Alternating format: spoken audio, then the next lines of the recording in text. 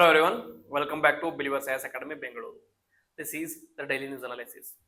As usual, we will discuss important articles for UPSC prelims, mains as well as interview perspective. So the first article for 4th November 2025 is from the front page of the Hindu, which discusses about a very serious issue in the current Indian context.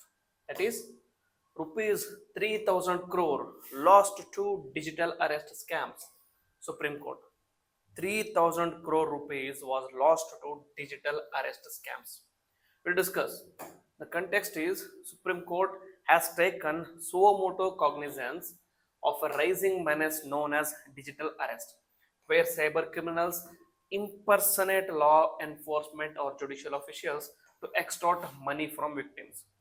The key highlights are the extent of the scam, according to the confidential report submitted by the Union government, over rupees 3000 crore has been siphoned off from victims in India, who are mainly largely elderly citizens through digital arrest scams.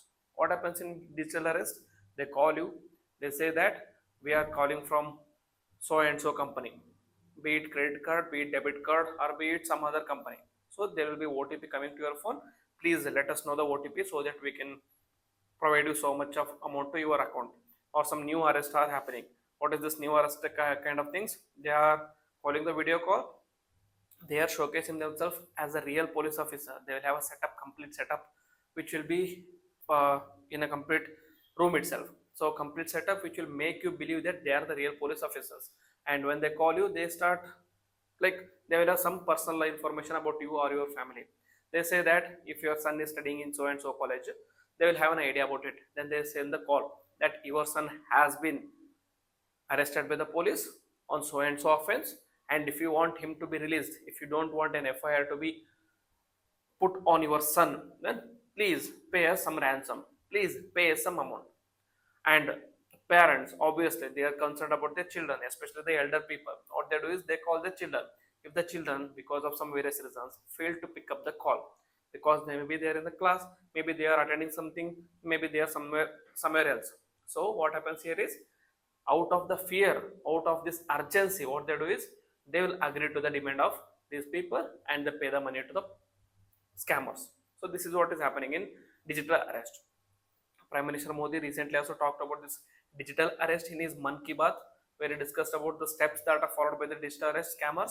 What they do is they call you, create fear, take personal data, and then scam you. So that is what is happening.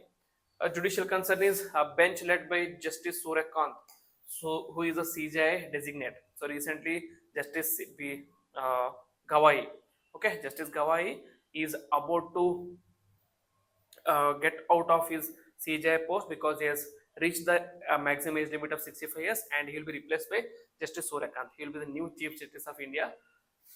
Like just a previous point of view, described the situation as a very big challenge, stating that the fraud was much larger than the anticipated.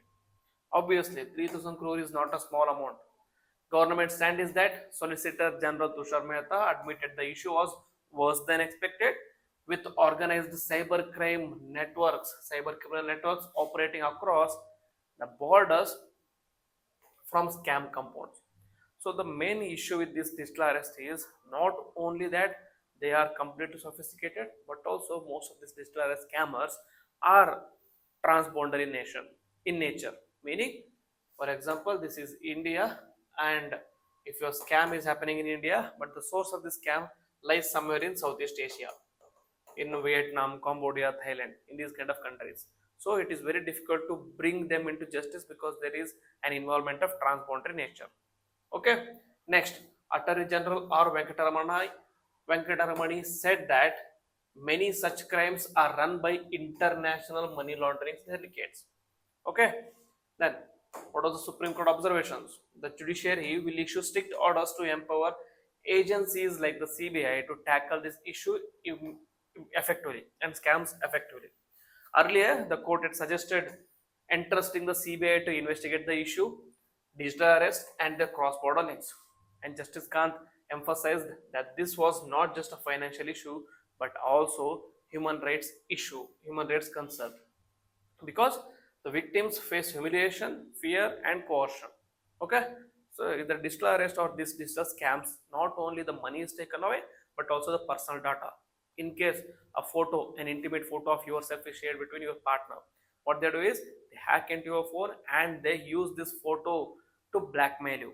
They use this photo to harass you. They use this information, like any particular information about personal data. So they like blackmail you to giving them more money.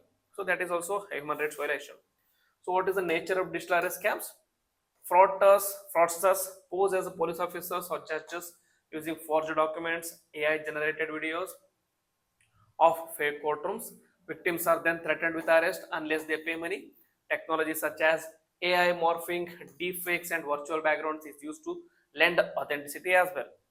Some scams also involve false promises of foreign jobs, tapping people into digital enslavement. This is what happens in most of the areas in northern belt of India. What they do is the enticement of job opportunities abroad. What they do is they collect money. They will say we'll provide you a job somewhere else, maybe in the Middle East, in the Europe or the USA. What they do is they will take the money and then they will send you to some other country where you will not be given a work. Instead, you will be made as a slave to other people.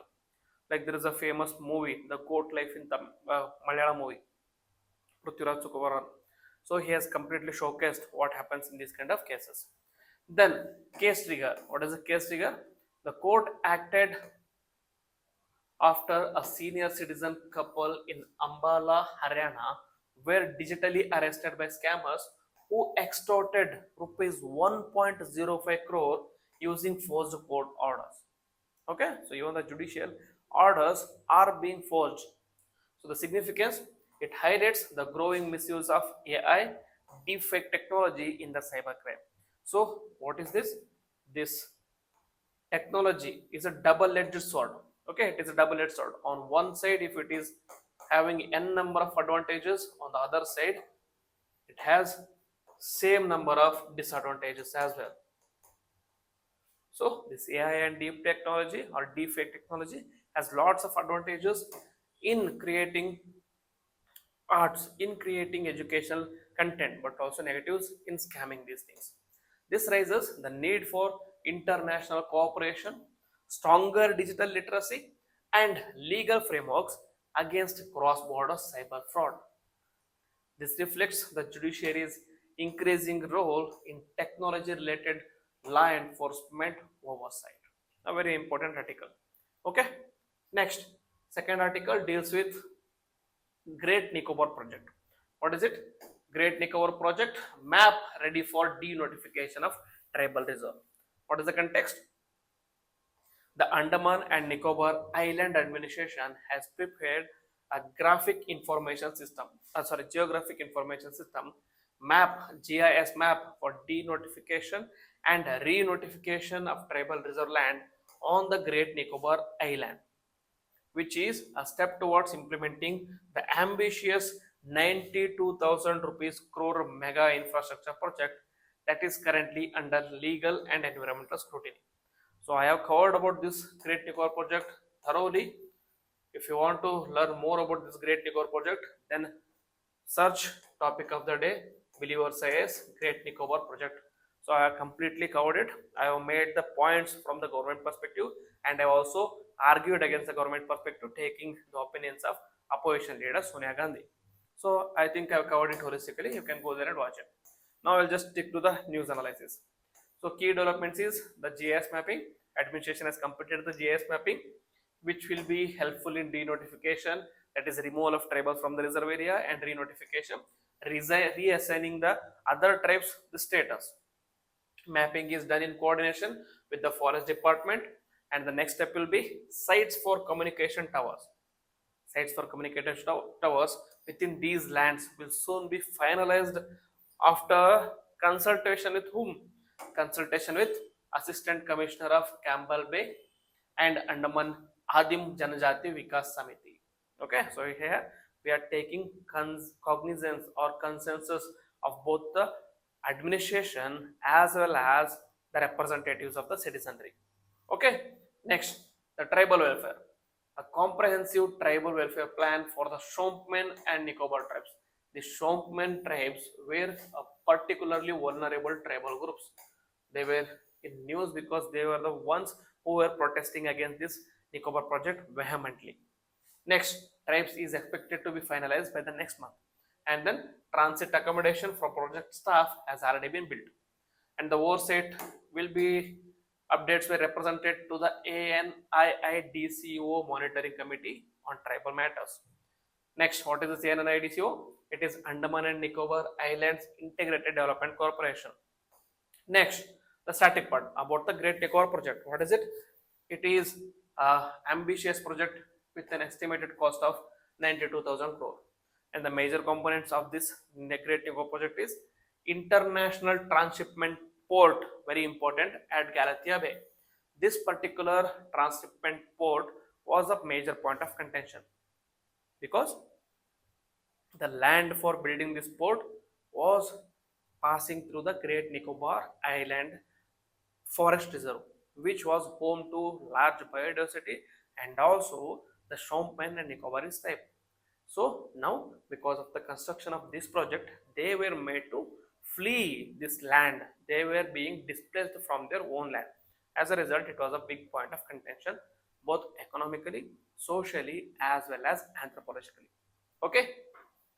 Next is Greenfield International Port, Airport, and power plant. Again, all these infrastructure projects need clearing of the forest. Clearing of the forest in Great Nicobar Forest Reserve. Next, township for approximately 3 lakh people. Township, obviously, if you are going to build power plant, if you are going to build airport, port, etc., you need a township for the people working there. So at least 3 lakh people will be provided accommodation in this particular township. Objective is to position Great Nicobar as strategic and commercial hub near the Malacca state, which is one of the world's busiest shipping lanes. Okay, so there is obviously the positives from the economic perspective and also positive from the geopolitical perspective and geostrategic perspective, but the negatives are with respect to environment and tribals. Next, what are the legal and environmental concerns? Again, forest and environmental clearances. These are both under the challenge before Calcutta High Court and tribunals. And next is tribal and ecological concerns. This island is home to Shompen, which is a particularly vulnerable tribal group. Denotification of tribal reserves can proceed only after the settlement of forest rights under Forest Rights Act of 2006. Under Forest Rights Act of 2006, 4 rights are recognized.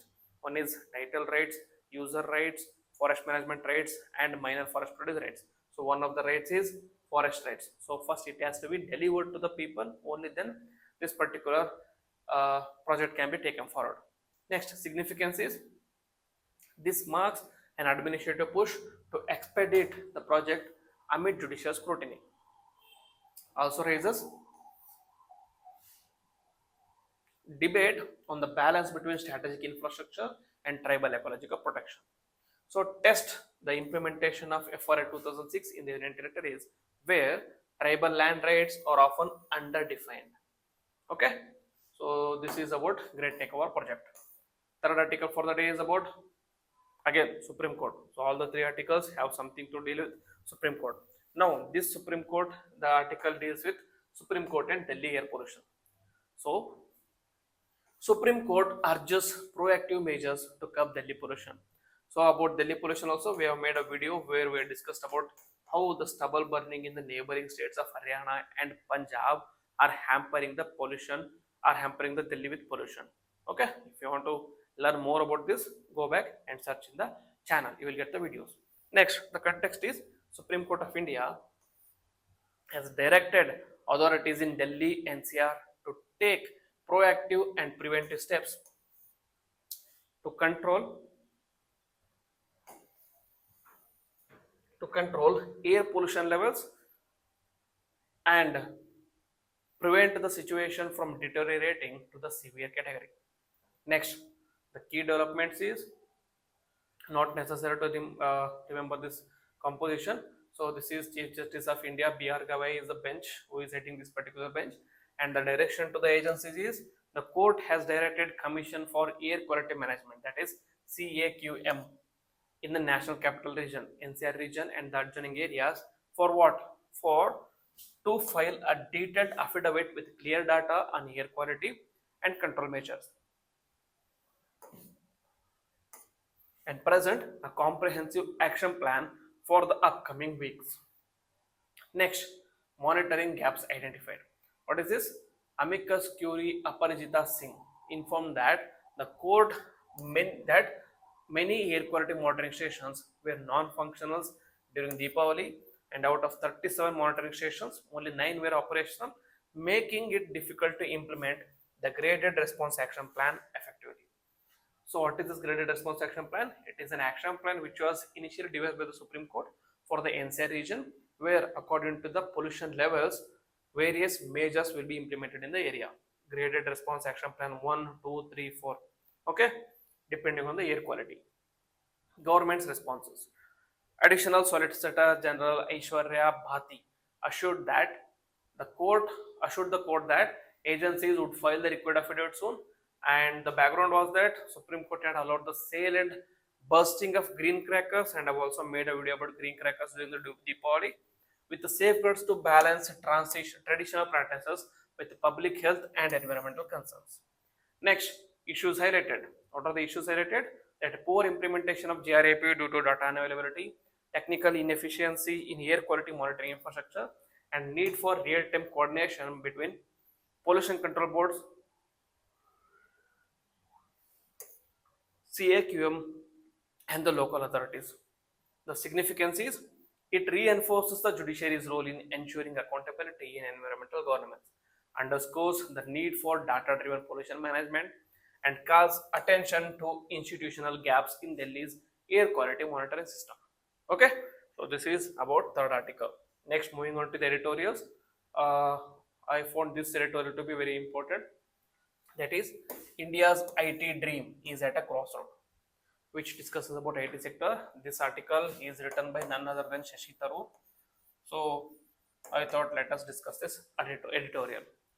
Context. India's IT sector, long considered the symbol of country's economic liberalization and global integration, is facing a period of disruption. Disruption, but not decline. Very important. This disruption is caused because of various reasons. We will discuss everything. Next, massive layoffs, AI-led restructuring, and shrinking foreign demand have exposed deep structural shifts in the industry's employment and the business model.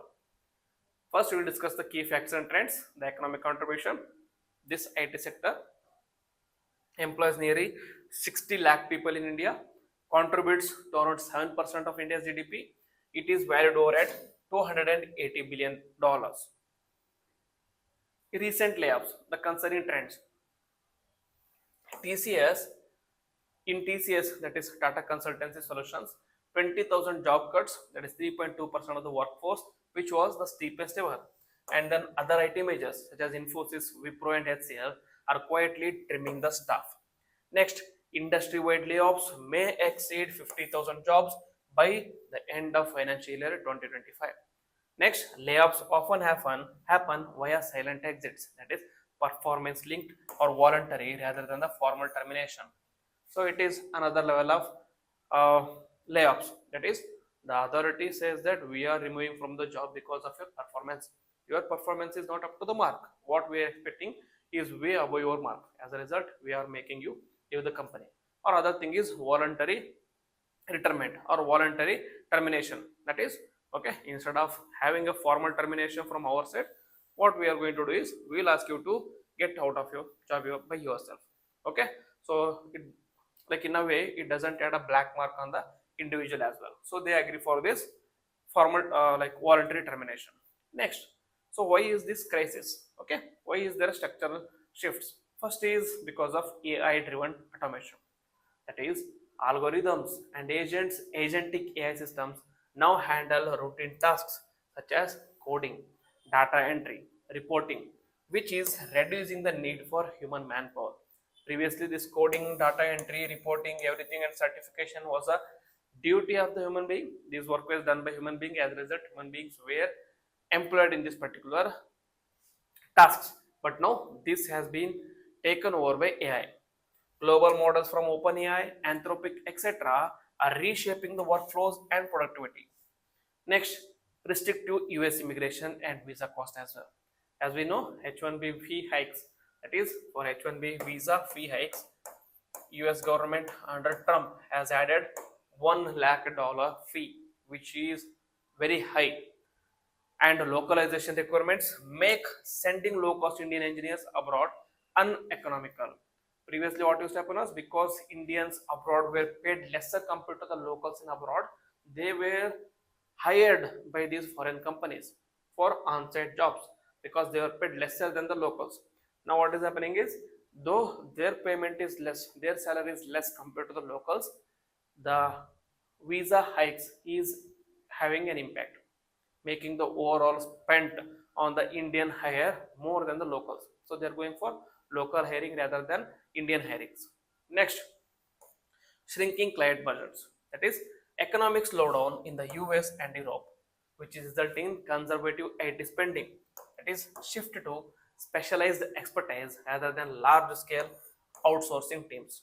So we have to understand India's IT sector was not majorly dependent on research and development. It was not dependent on research and development, and also it was not dependent on production. It was not dependent on production or not dependent on development or any development of product. What it was majorly dependent on? It was dependent on service consultancy.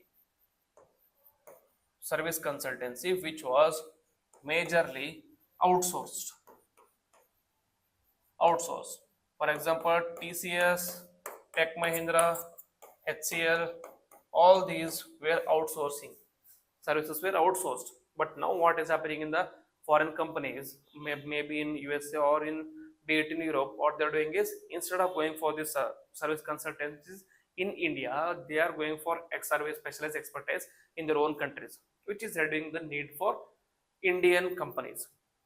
Next, obsolescence of old skills.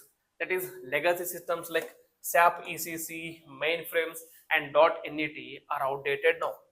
Mid-level managers lack hands-on expertise in AI, cloud, and cybersecurity. This AI, cloud, and cybersecurity are not for the future, but are the present itself. Many employed people who are employed in IT companies till now, what they used to think was all these AI, cloud, etc. These are futuristic in nature. We don't need to build skills. We don't need to upskill ourselves. That is the reason why many mid-level managers are being removed from the office. Next, the end of digital assembly line model. Previously, what used to happen was hire in bulk, train in basic coding, deploy to clients, and profit to the scale. Okay, it was majorly based on scale. Next, now clients want AI powered cloud native sector solutions and not just thousands of programmers. So we don't need programmers anymore. We don't need people who are trained bulk anymore. We want specialized people such as AI powered, cloud native, and secure solutions. Result is there is a skill match and mid-career vulnerability and youth underemployment is happening. Okay, which is negative. So Shashi Tharoor's prescription for the future. So what the other provides for the future is, first is skilling and reskilling revolution. That is, there needs to be large scale AI upskilling across workforce. For example, TCS has trained 5.5 lakh employees in basic AI skills. Next, engineering curricula overhaul. That is, integrate machine learning and data science in engineering curriculum, and AI ethics and product thinking, and then communication and critical thinking at the engineering college level as itself. Instead of teaching them the old, decade old useless topics, teach them the market need, teach them the needs of the current market, such as AI and deep technology. Next, policy reforms. Government must incentivize AI literacy beyond the digital literacy, require layoff compensation of at least 6 to 9 months salary for mass retrenchments, build career transition and mental health support mechanisms for people working in IT companies, and create public-private partnerships for AI education and research and development. Next is the support for startups and innovation. Move from service-based outsourcing, that is product innovation and deep tech entrepreneurship.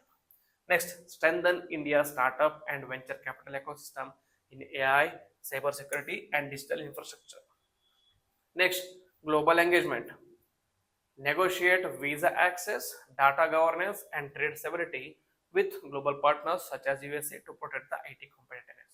So, in conclusion, the core argument is India sector is not on a decline; it is just in a transition. So, the focus must shift from manpower to mind power. You can note it down. You can use this in your essay or use it in your GS3 or GS2 paper. Next, from outsourcing to innovation and quantity to quality. Manpower to mind power, outsourcing to innovation, quantity to quality. Okay, these three, manpower, outsourcing and quantity, are the features of current Indian IT, current IT, and the move should be on this in the future. Okay, fine. Now moving on to the prelims pointers. The first prelims pointer for the day is exercise Purvi Prachand Prahar. What is this exercise Purvi Prachand Prahar? It is a tri-service military exercise involving Indian Army, Navy and Air Force. Okay, do not confuse it. It is tri-service military of only Indian Navy, Army and Air Force. None of the other countries are involved. Normally what happens here is, if you are talking about any exercises, most of the times it is a multilateral exercises involving India and other countries, or it is a bilateral like exercise between India and other countries. But this is only Indian but trilateral services. Next, it is described as forward-looking integrated exercise to validate multi-domain operations across land, air, maritime, space and cyber domains. Next, what are the aim and objectives? Aim is to enhance war fighting capabilities, operational synergy and technological adaptation among the three services. Objective is to validate joint command and control structures and multi-domain integration for the future complex scenarios. And the outcome sought is improved state situational awareness, real-time data sharing, and network decision making under high altitude conditions. Okay, so aim is to bring synergy between the three groups or the three forces of Indian military: Army, Navy, and Air Force. The location of this particular exercise or this exercise is happening at Mechuka, Arunachal Pradesh. Why is it very significant? Mechuka lies close to line of actual control with China in the West Siang district. So, hosting the exercise here underscores India's focus on high altitude joint warfare preparedness, infrastructure readiness along the eastern frontier, and also strengthening posture, deterrence posture against China. Okay, so previously, before this, there were different prahars. First was Bala Prahar, that is, it was a trilateral drill focusing on joint operations in the central India in 2023, and Puri Prahar, conducted in the eastern sector focusing on ground and air coordination in 2024, and now Puri Prachanda Prahar, it is 2025, builds upon earlier exercises and aim is expanding to include multi-domain and high-tech integration under tri-service conditions, especially in the high-altitude regions. So together, these form part of Progressive Operational Services, a series designed to prepare the Indian Armed Services for multi-domain, high-technology warfare in the future. Next and the final article for the day is about Ramanami tribe. What is this Ramanami tribe? So why it is in news? That is, during a public event, two members of the Ramanami tribe emotionally adorned Prime Minister with their traditional peacock feather crown, breaking formal protocol, bringing national attention to their culture. So I'm sorry, I was not able to bring any images of this Ramanami tribe, but just go back and search the Ramanami tribe. Very beautiful people. Who are the Ramanamis? The Ramanami tribe or Ramanami Samaj is a unique sect from the central and northern Chhattisgarh. They are known for tattooing the name of Ram across their faces and entire bodies. Okay, that is why I told you to look up their images. Next, their practice symbolizes that Ram is omnipresent and accessible to all regardless of caste. Historical background is it was founded late in the 19th century, so it is not an ancient culture. It was founded in 19th century, and the founder is Parashuram Bharadwaj, who is the son of low caste sharecropper. So they belong to low caste, and the origins was emerged as an act of peaceful resistance against caste-based discriminations, particularly the denial of temple entry to lower caste Hindus. Next is represents a bhakti movement inspired reformist sect emphasizing nirguna bhakti, that is devotion to the formless unmanifest divine. In bhakti there are two, one is saguna against nirguna. So in saguna God is in form, okay, God is called as a particular figure. In nirguna God is formless.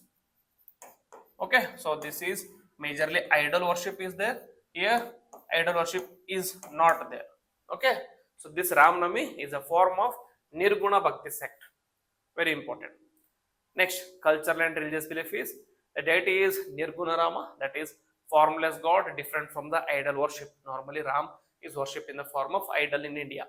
Next, symbolism. Tattoos of Ram across the body signifies God's omnipresence. Dress and ornamentation.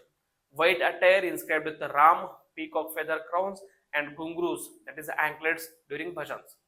And gender equality, that the both men and women equally participate in the rituals and bhajans and the music and bhajans, singing devotional songs accompanied by dance and gungru rhythms.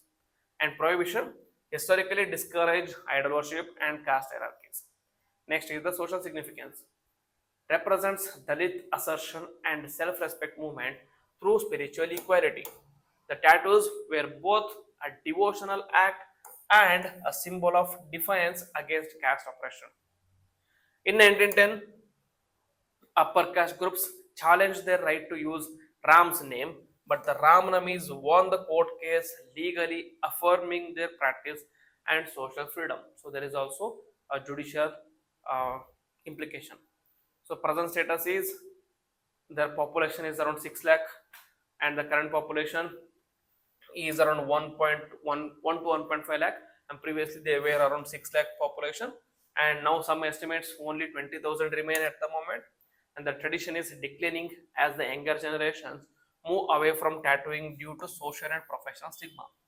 However, cultural identity and devotional gatherings still continue in many villages. Symbolism of attire, that is white robe with the ram prints, shows purity and devotion, and peacock feather crown shows association with the divinity, reflects mythological symbolism. And gungrus are anklets, they show used during the bhajans and devotional dance, symbolizes joy and devotion. A very important and beautiful sect of India which showcases the diversity of India. Okay, so this is today's news analysis. I think I've covered most of the important articles holistically. So if you like the video, then please hit the like button, comment on it, and also share with your friends. And if you're new to the channel, please subscribe to the channel and click on the bell icon so that you don't miss any notification. With this, I will end the video. Jai Hind, Jai Karnataka.